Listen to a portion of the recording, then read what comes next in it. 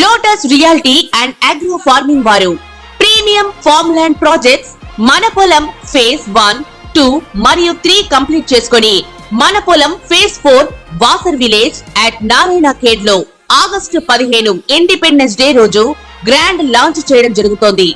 Launching మరియు independence day సందర్భంగా 5 guntas land out rate లో బుక్ చేసుకున్న వారికి 1,50,000 రూపాయల డిస్కౌంట్ తో పాటు 2 గ్రాముల గోల్డ్ ఫ్రీగా ఇస్తున్నారు. పూర్తి వివరాలకు సంప్రదించండి.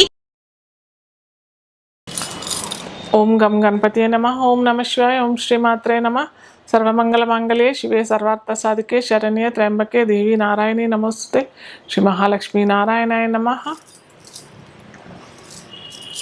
ఈరోజు మనము అందరూ అడుగుతూ ఉంటారు నన్ను, అమ్మ ఏం చేస్తే మనకి లక్ష్మీ కటాక్షం వస్తుంది, డబ్బులు వస్తాయి, సిరి సంపదలతో మా ఇంట్లో అందరూ తూగుతారు అని చెప్పేసి తరచూ అడుగుతూ ఉంటారు.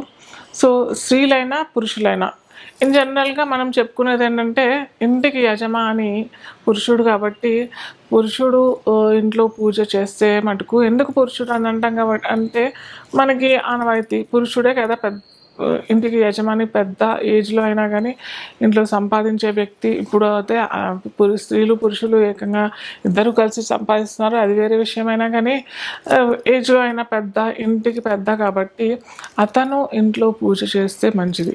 అయితే ఇంకోటి స్పెసిఫిక్గా కొన్ని వారాలు ఉంటాయి, కొన్ని లేడీస్ కూడా చేసుకునే వారాలు ఉంటాయి. అంటే శుక్రవారాలు, లేదా ఇప్పుడు మనకి శ్రావణ మాసం వస్తుంది, శ్రావణ మాసంలో శ్రావణ శుక్రవారాలు, మంగళవారాలు, శ్రావణ మంగళవారాలు, గౌరీ వ్రతం చేసుకునే వాళ్ళు ఉంటారు. ఇవన్నీ వ్రతాలు నోములు చేసుకునేటప్పుడు స్త్రీలు చేసుకోవచ్చు. అది కొన్ని స్పెసిఫిక్ డేస్లోనే చేసుకుంటాం కాబట్టి అవి కాకుండా ఇన్ జనరల్గా పురుషుడు ఇంటికి చేస్తే చాలా మంచిది. ఇంట్లో ఎలా చేయాలి అని అంటే, ప్రతిరోజు విఘ్నేశ్వర స్వామి ఆరాధన చేసిన తర్వాత మొట్టమొదట చేయవలసింది ఏంటంటే, మీ కులదైవానికి చేయండి. ఇక ప్రతి ఇంట్లో మనకి ఒక కులదైవం అనేసి ఉంటుంది. మీకు తెలియకపోతే మీ పెద్దవాళ్ళని అడగండి, లేదా మీ సంబంధితుల ఉంటారు కదా, వాళ్ళ వంశవృక్షం ఎక్కడి నుంచి స్టార్ట్ అయిందో అక్కడ వాళ్ళని అడగండి. ఖచ్చితంగా మనకి ఏమంటారు, ఈ ఆంధ్ర రాష్ట్రాల్లో కాకుండా తమిళ రాష్ట్రాల్లో అయితే ఖచ్చితంగా వాళ్ళు ఫస్ట్ ఇంట్లో కులదైవం ఏదైనా కానీ, ఒక చిన్న అకేషన్ వచ్చినా కానీ ఖచ్చితంగా వాళ్ళు ఏంటంటే ఫస్ట్ కులదైవం చేసుకున్న తర్వాతనే వాళ్ళు ఇష్టదైవం చేసుకుంటారు. మళ్ళీ తర్వాత వాళ్ళు ఏ కార్యక్రమం చేస్తున్నారో ఆ కార్యక్రమానికి మొదలు పెడతారు. సో మనము ఎట్టి పరిస్థితుల్లోనూ కులదైవాన్ని, ఇష్టదేవతని, ఇంటి దైవాన్ని మర్చిపోవద్దు అనమాట. సో అది చేసిన తర్వాత అమ్మవారు లక్ష్మీదేవి ఆరాధన. చాలామంది చేసేది ఏంటంటే పొరపాటు, కేవలం మనకి మహాలక్ష్మియే రావాలి అంటే అమ్మవారే డబ్బులు ఇస్తుంది కదా, సో అమ్మవారి ఆరాధన చేసుకుందాము. అమ్మవారి ఆరాధన చేసుకుంటే మనకి సిరి సంపదలు, ఇంట్లో సమృద్ధి, అష్టైశ్వర్యాలకి కారణం అమ్మనే కదా, కాబట్టి అమ్మని చేస్తే చాలు అని అనుకుంటారు. కానీ ఇక్కడ పొరపాటు. ఖచ్చితంగా అందరూ చేసుకోవాల్సింది ఏంటంటే, అమ్మవారితో పాటు అయ్యవారు స్వామిని కూడా ఆరాధన చేసుకుంటే కనుక అక్కడ ఆ ఇంట్లో అమ్మవారు అయ్యవారు ఇద్దరూ కలిసి మన నట్టింట్లోకి వచ్చి సిరి సంపదలు, కేవలం కోటీశ్వరులు అని అంటే, సిరి సంపదలు, అష్టైశ్వర్యాలు అని అంటే డబ్బులే కాదండి.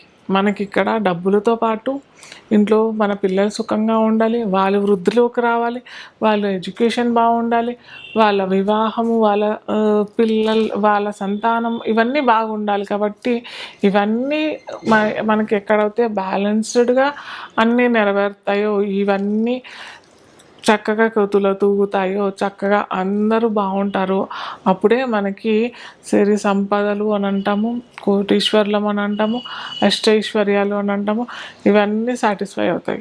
సో ఇవన్నీ ఖచ్చితంగా ఎప్పుడైతే కోరుకున్న ఇవన్నీ తీరుతాయో మనకి లక్ష్మీ కటాక్షం అనుగ్రహం కలిగినట్టే. సో ఏం చేసుకోవాలంటే చెప్పా కదా, ఫస్ట్ ఇంటి దైవాన్ని, కులదైవాన్ని, తర్వాత మీ ఇష్టదేవత, పూజించిన తర్వాత లక్ష్మీదేవి ఆరాధన.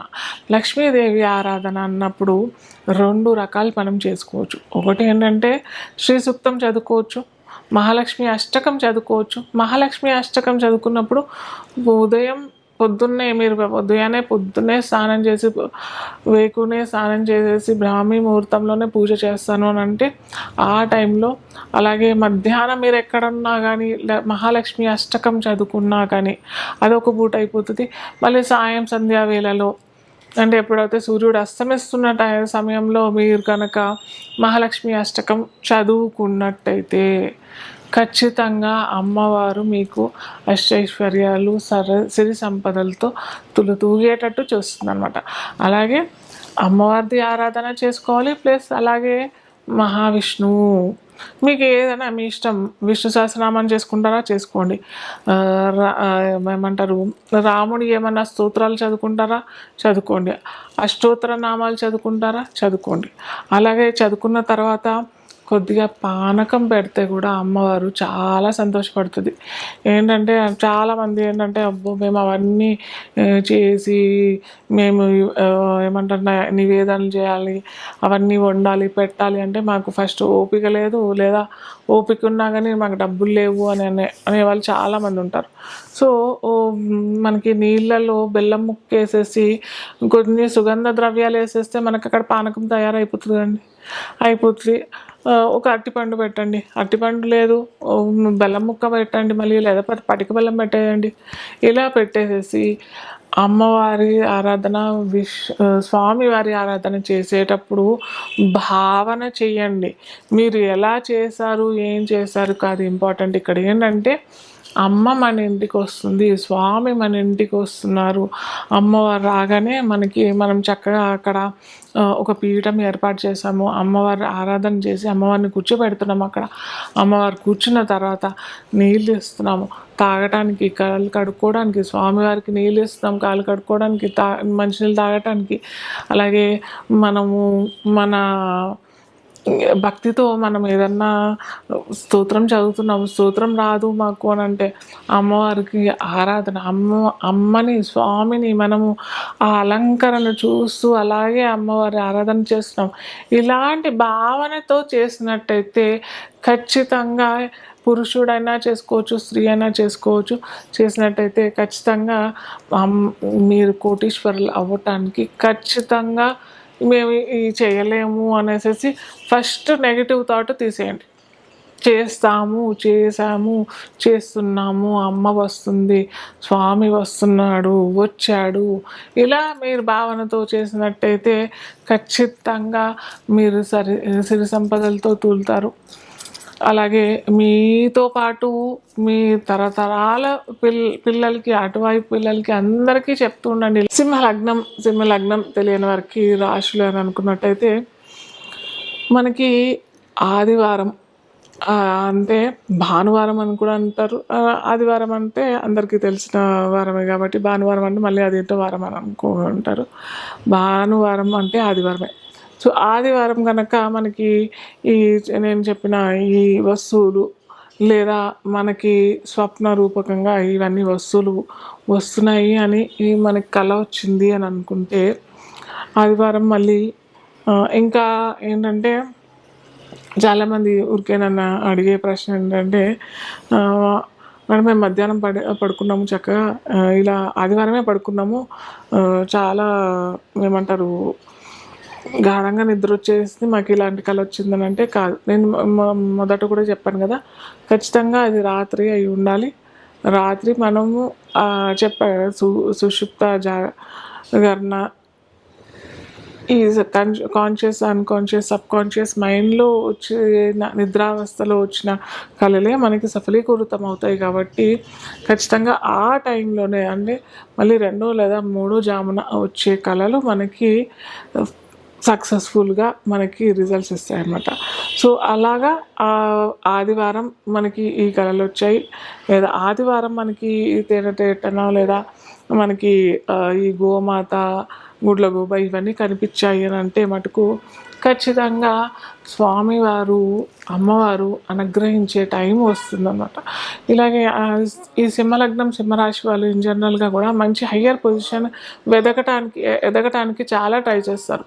సో ఆ ఎదిగే క్రమంలో ఏంటంటే వీరు కొద్దిగా మర్చిపోతారు. కొద్దిగా మర్చిపోయేది ఏంటంటే ఏమంటారు, ఒక పొజిషన్ రాగానే కొద్దిగా యాటిట్యూడ్ అన్నా లేకపోతే ఆ ఫైరీ బ్రాండ్ ఉంటుంది వీళ్ళకి, ఈ సింహలగ్నం రాశి వాళ్ళకి.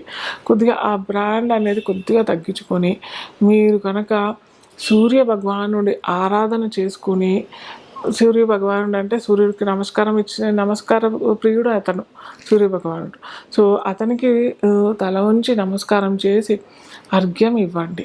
అర్ఘ్యంలో ఇచ్చేది ఏంటంటే కొద్దిగా నీళ్ళు తీసుకొని దాంట్లో కొంచెం కుంకుమ, ఎర్ర సింధూరం అంటాం కదా, ఆ ఎర్ర సింధూరం కొద్దిగా కలిపేసి స్వామివారికి అర్ఘ్యం ఇచ్చేసారనుకోండి. లేదా కొద్దిగా ఎర్ర పువ్వులు ఉన్నాయి, మా ఇంట్లో రోజ్ ఫ్లవర్స్ ఉన్నాయి, ఇంకేదన్నా ఉన్నాయి,